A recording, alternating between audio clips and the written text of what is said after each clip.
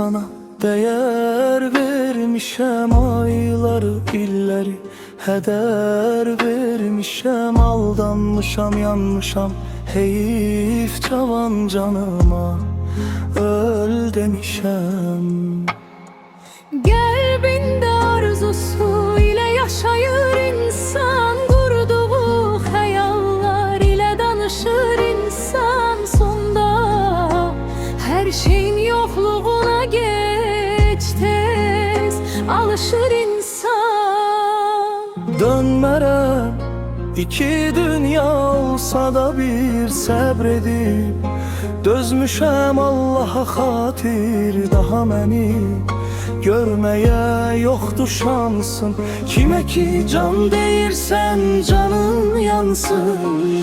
Dönmərəm, iki dünya olsa da bir səbr edib dözmüşəm Allaha xatir, daha məni görməyə yoxdur şansın. Kimə ki can deyirsən canım yansın.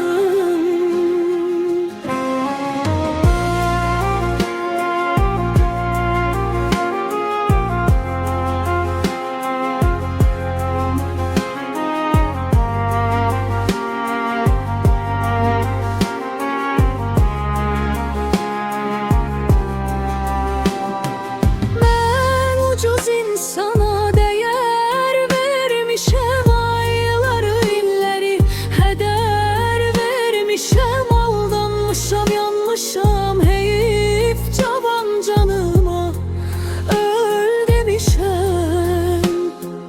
Qəlbində arzusu ilə yaşayır insan, qurduğu xəyallar ilə danışır insan. Sonda her şeyin yokluğuna geç-tez alışır insan. Dönmərəm, iki dünya olsa da bir səbr edib dözmüşəm Allaha xatir, daha məni görməyə yoxdur şansın. Kimə ki can deyirsən canın yansın.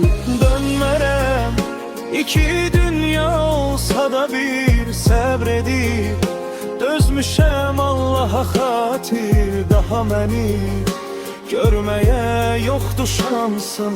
Kimə ki can deyirsən canın yansın. Kimə ki can deyirsən